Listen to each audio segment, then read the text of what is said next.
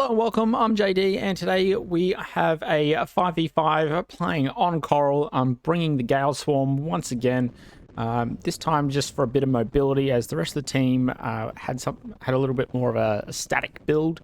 So in we load. So the one thing that we first agreed on is that I would go capture point E because I had the faster ships. So once I capture E, then we were going to swing around, or I was going to swing around to A, whilst the rest of my teammates captured point D, and then we also moved into point C in the middle. So with 5 control points on the map, it's important to get 3 fairly early on, and getting those quick captures, especially in your own home territory, so for us that being E and D, gives us the ability to get those early points on the board.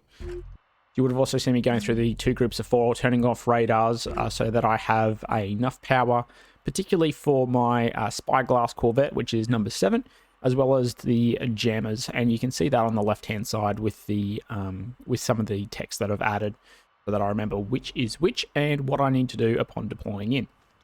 I've also got 2 groups of 4 Corvettes, so that allows me, one, to move independently, but it also means that I just don't approach from one way. So one of the downsides of using Gales and Illuminators is that they can easily be distracted by chaff. So I find that coming from 2 different angles and positions gives a bit of a benefit. If one small swarm gets hit by RPF, doesn't really matter. The other one can still continue on its mission, and it also means each group has the ability to not only jam but spot, lock, as well as illuminate. So that's really important here. It also lets me in the later game break up and move around. You will see that towards the end of the game, having them in the 2 formations does cause me a little bit of stress, so something just to consider there.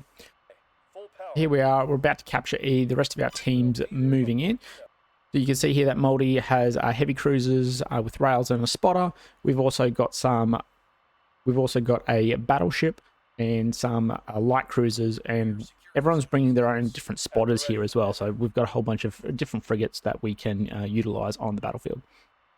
So first capture for us, we're into E, looking at D, and I'm just moving around and positioning my Corvettes. So jumping forward just a little bit, we've got E.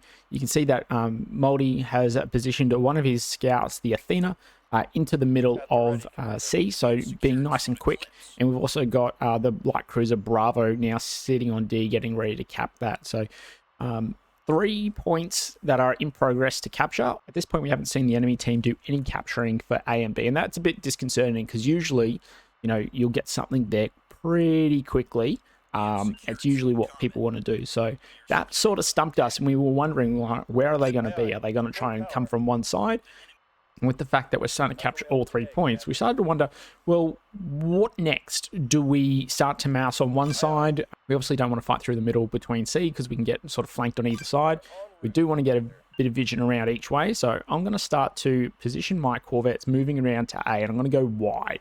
I'll show you what that looks like just as the enemy team starts to capture A. So we know that something's over there, and I'm going to start to move that way. So when I said I was going wide, I meant I was going to go very wide. So we've got the 2 groups really coming out towards A. Usually I don't do this because usually we're fighting in the middle and you capture A by skirting around Coral. As you can see, a Thunderhead just exploring out there, seeing if there's any enemy ships that can be seen. We definitely know something's at A, so off we go.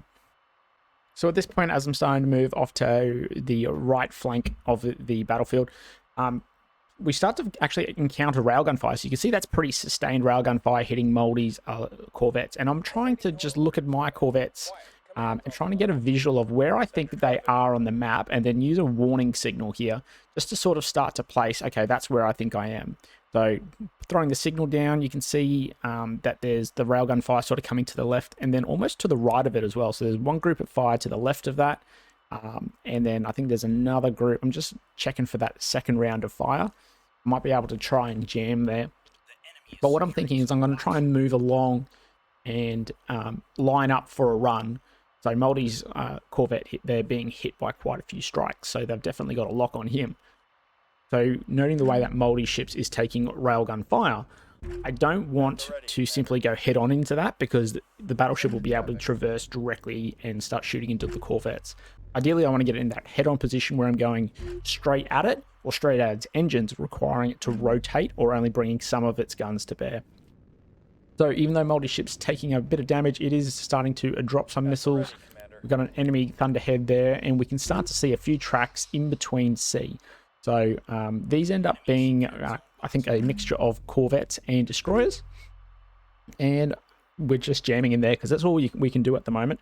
There's the first beam destroyer. We can see the integrated point defense from the 3 beams, and it's also got a spare frigate or light cruiser in there that simply has auroras on it. Very weird build, but very effective in providing the defense. So we're going to start jamming. We'll start throwing everything we've got into that middle there as I come off to the right-hand side.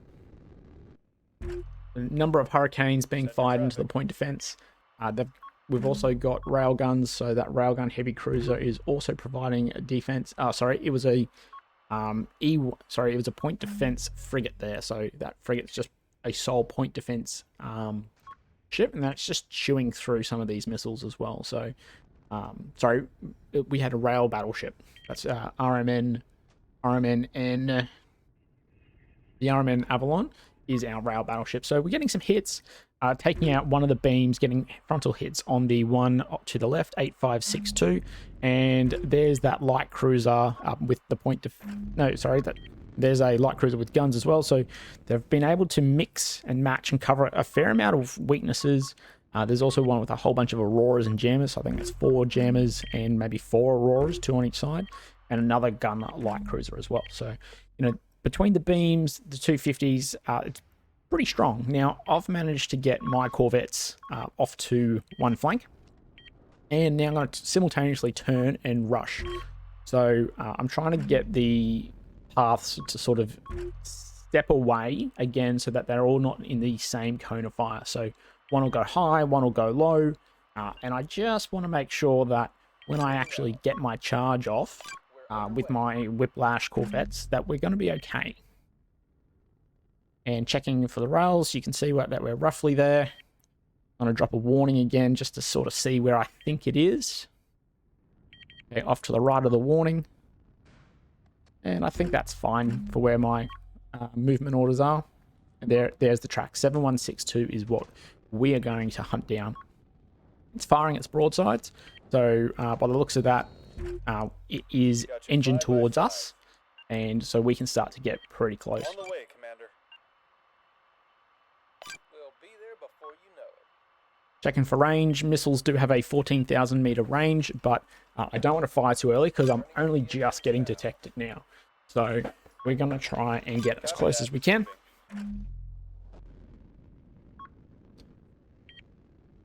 We're ready when you are, Commander. Counter-rail fire is keeping it preoccupied, so that's good for us. We are going to flank. So with the shift clicking, we're going to set all these ships in our formation to flank, and we're going to now try to get a little bit closer to the track because we know where it is.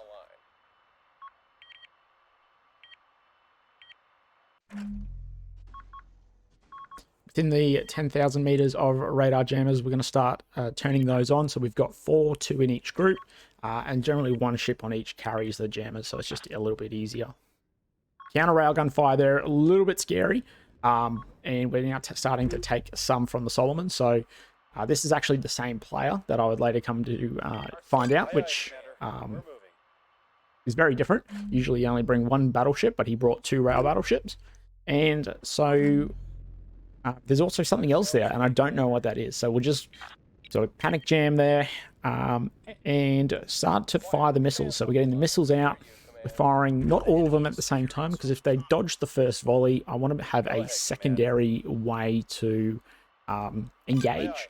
So in this case, we'll fire a couple missiles from each ship, from each formation. So I think it ends up being sort of like 30 odd missiles. And we've got the jammers out as well. I've got the jammers and the illuminators out. So one's being a spotlight and one being a floodlight. Just in case the spotlight turns off, I'll at least get the floodlight on there. I know some people like spotlights for 2, but I'm just trying something different, seeing how it goes. And engine on we're actually able to start getting hits. It now didn't have chaff, or its chaff came out late, and it didn't have any point defense. So we actually just got a huge amount of hits here from the gales. And Moldy's saying it's got no PD or chaff as well. I was pretty amazed at this point. Usually they'll bring something. You should always at least have chaff, but I guess with the two 1500 points, you're really just railgun holes. And with that taken care of, I'm moving on to the next target. So clear fire on that one. Movement orders are changing over. There's some rains there in the middle. I do want to try and engage them, but they do have a fair amount of EY here. So that's an illuminator on the top. There is blanket jammers, and I think they also have some other point defense in there. So they were quite difficult to deal with. And with enough of their PD, they were actually able to, so you see all the Auroras firing there, they were actually able to negate all my missiles, and that really sucked.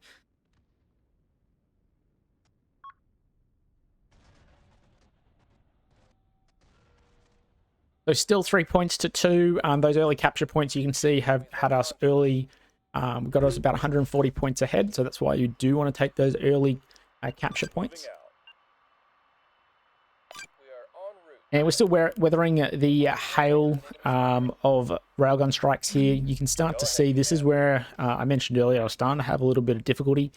And it's because very soon my frontal ships are going to start to die. And that's going to throw all of my formations out. And even though I can assume another formation lead, I did end up getting one frigate, so that's good. It becomes quite hard to reorganize, and that's where having everyone in a single formation is better. I could have maybe swapped over and put everyone in a single formation, but when you're trying to access the ships through the hotkeys, you know, I've got formation 1 and 2 being the ones that provide the illuminators, and then you're trying to hit, you know, key 4 whilst your hand is off to the, you know, the left operating the camera and stuff. So that's where it gets a little bit finicky. I didn't really like that. It caused me a little bit of stress, but I actually forgot to turn the illuminators on too, so I quickly do that here, and you'll start to see the gals now start to home in. You probably thought he got away with it. I really lost a few there. There you go, so you start to see them all clustering.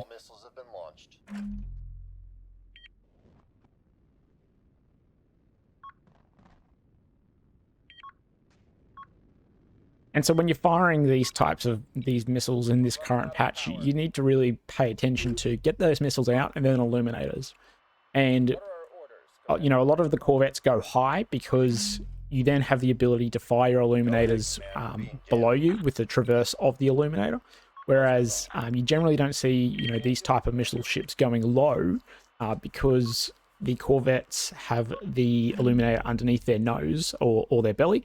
And that makes it really hard then to, it requires the ship then to sort of move its nose up. You can't just traverse enough. So that's generally how you'll see corvette swarms sort of played. Now this is the part where you can see I lost one of the ships. Now I'm pulling different ships out of formation and I'm coming under fire at the same time. So I'm rapidly trying to reorganize all my ships, which was quite annoying. You know, you can see that one of the ships there down the bottom that's been killed, the flood gale, that's the one that actually has my floodlight. So one of my illuminator spotters are destroyed, and I probably should keep that a little bit more secure. And then my other ship, number 1, which is the spotter torp, also has my other illuminator, so and torpedo, so it's also getting destroyed and gets hit by a couple missiles, so it gets taken out too. There we go. So now I've lost all my illuminators. All the rest of my gales basically become a little bit useless. And I think I need to mix up this fleet a little bit more, maybe put some more guns on it or something like that. Particularly for engaging frigates and other spotters without having to waste all my missiles on them. And then also incurring the wrath of point defense. So coming up in 500 points, they're at 300, they are jamming. This is a pretty good set of jamming. I think I just get jammed here for the next like 5-10 minutes. Which is a little bit as it is, but in the middle we've been doing okay. I think there's a couple of ships we've lost on either side, And here I am just trying to reorganize my ships, trying to get everyone back around point ship number 3, which is missile carrier. And that way I can just operate the 1 formation. At this point, I really don't care where the ships are placed, just the fact that they are organizing around ship number 3. There we go. Everyone's back together. We've got 56 gales left. We've got no illuminators, and we have 1 250mm gun. So, not too bad. Point D being taken now by the enemy. So we've crossed the 500 point threshold. They're about halfway through D, and we will continue our advance forward. Down there you can see the 2 light cruisers. So light cruiser and a destroyer sitting on point C. There's also 6890, which is just behind those 2. We've lost a few of our frontline ships that were around point E. We've still got our railgun battleship, and we've taken out 1 from the enemy. So good for us. We've captured point A as well. So someone was sneaky there and took that one, because that wasn't me. I can't remember who that was. But we've also lost 1 point. So we're sort of trading. I think we've got this half of the map sort of secure, at least up top. But down the bottom, the enemy's still got a few ships. So these frigates, the frigate platforms here were used really, really well in terms of their intended role of just jamming and electronic warfare. And I spent a fair amount of time just being blind, just trying to get locks. We're also trying to counter jam back. If we can try, and we've got a range over there, so that's good. And that's what that 250 is for, just RPF and HE, just designed to take out these smaller things. But with only 1 gun, you're not really taking out too many. So just a thought for the future. We're taking C back, so we've pushed the enemy back just enough that we're able to get on point C. It looks like there's a destroyer and maybe a frigate down there, but the enemy's been able to move back around onto point A. I think they had another frigate back there that they were able to cap, and we're going to move towards these frigates. Negative. That target is out of our range. I try to fire the HE and the jamming, but I'm also going to peel off ship number 4 and make a dive down towards B, because I don't think there's anything there. A couple missiles will fire here. I always like to carry a few hurricanes, and just for like anti-scout killers, because usually a scout will deploy chaff. It's nice and simple, but I do want to try and get rid of some of those. I think the point defense ends up dealing with it, but now with everything sort of pinned off to the right hand side, I actually want to reorganize this formation as well. So you see me do that there. With all the Auroras, they basically take care of it, but we have got the locks. We are occupying them. You can see our railguns from the Avalon are being able to put some fire into them. So just even with the overpan, eventually it will take a fair amount of damage. And here goes the dive down to point B that I was talking about. We've got a we've got a fully capable corvette that we want to throw down. Make sure that we start to give the enemy other things to think about, force their decisions whilst they're under fire. You can see the middle one there is being taken out. We're trying to jam as our friends start firing some missiles, because they're not mine, and we'll keep firing our HE at them as well. One of our ships looks like it's going to go critical. We'll see how long that lasts. And what's that down there? That was a dead ship, so we killed that off with a signal, just to let our friends know that it's gone. It's always helpful if you can do that. Still trying to get locks. If we're closer, we can get the locks for our battleship. So let that continue to fire. One of the players is out. Not ours, I don't think. Coming up to the halfway point of the game, or thereabouts. We've got 600 points, 460 to the enemy. They've got A, B, and D, and we've got C and E. So 1 in our position and 1 in the middle, and the enemy's got their home ones plus 1 of ours. There goes one of our corvettes, destroyed. Oh, sorry, now's the dive. So we're diving now down towards B. We're going to flank down there. And I'm just trying to run the rest of my corvettes towards the enemy frigates, just to get close enough, one for jamming, but also to fire at them. No point firing these gals because they'll just miss. See the Auroras there doing good work. One thing that I would like to see more of is, the dedicated PD escort. or the escort point defense, the point defense escort. I think it is a really bit of flavor. Realistically, you need to bring other things with it, so they're not really a viable ship build at the moment. We're within 7,000 meters. We can start firing. We managed to get our lock. War detected. I will fire some more hurricanes for some reason.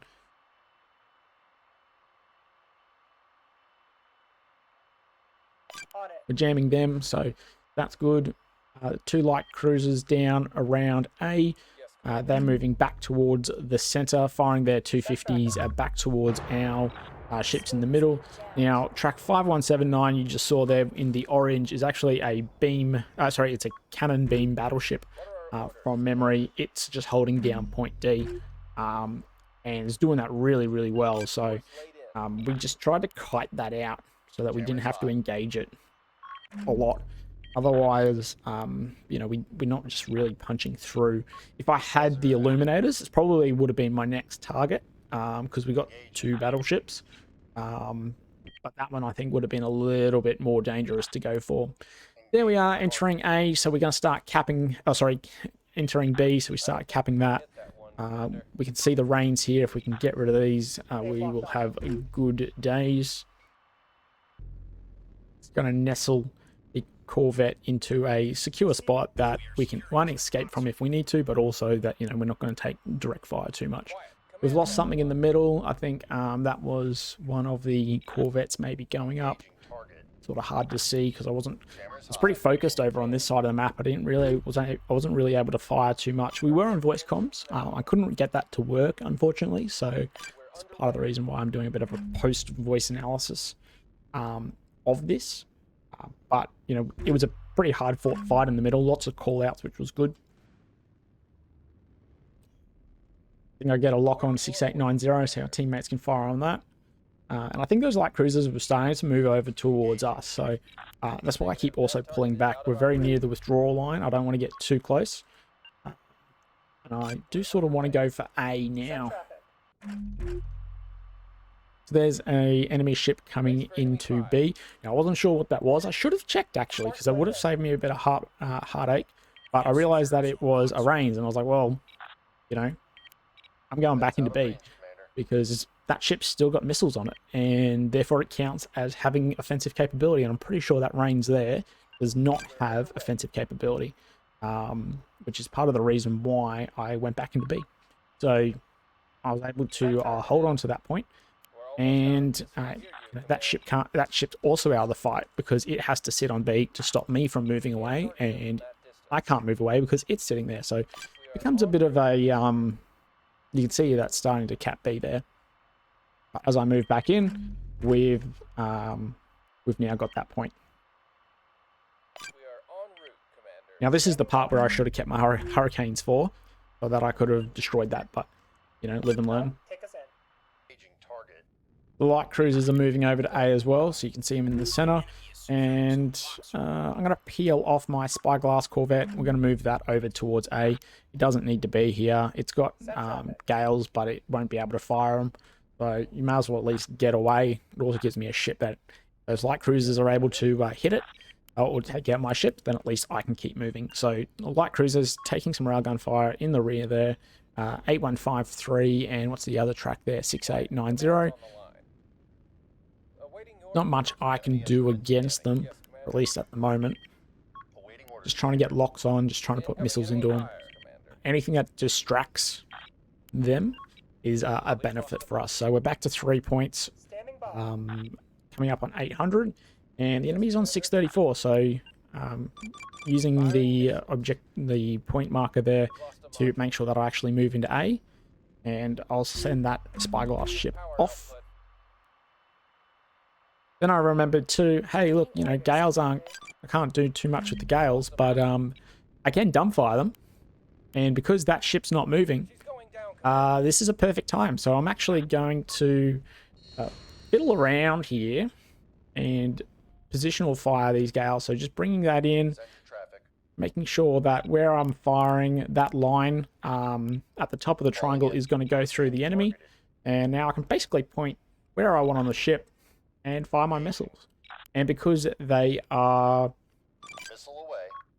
Because they fire, drop off, and then activate their motors, we get some hits. Even with the Auroras on, they're not able to get enough strobes out in time. So I shouldn't have pulled away at that moment because that was a pretty cool kill. But yeah, we got some hits. I was pretty happy with that because that's not something I usually do. This time as well, I was like, well, I'll roll the ship, and that way it just gives it easier time for the missiles to come out and fire at. So you should see that shortly too. One of the light cruisers is now going to dip into A. Because I've still got offensive capability, I should be fine. Moldy was moving his heavy cruiser into A as well. So I'll just let him know, hey, look, I'm going for A. But he's actually able to peel that heavy cruiser off to go do something else. Plus I'm faster, so I'll get there quicker.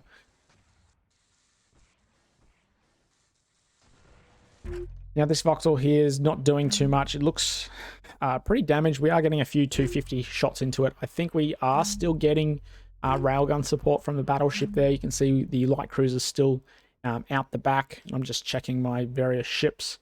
I think for any offensive capability, yeah, just keep firing is basically what I'm saying. You can see some 450s, I think, or 250s coming in on that Vauxhall there. Two of the enemy team have called it, so I think we're down to only one left. We are very close to points cap as well. And one thing I could have done with the Corvette here is, like I did there, just direct fire, because that light cruiser's not moving. I figured, well, if I just fire the missiles down, it'll get there. So I didn't need to always positional aim. I could have just fired directly at them. But if that ship had moved even an inch, I would have been a little bit lost. So we actually get a few hits here. The Auroras start to fire. This ship takes, what, 2, 4, some railguns, 6, 7, 8 missiles. So dumbfire, they all fired straight into the middle. Didn't have to worry about positioning there, but I think that ship's done for. 8153 here is very, very close. I'm actually going to use the same technique here. Just waiting for it to turn off. All right, so engine's off. I've rotated around enough. I want to get my MLS. Sorry, I want to get my VLS basically pointing directly at the light cruiser, and then I am going to roll and fire the gales directly in there.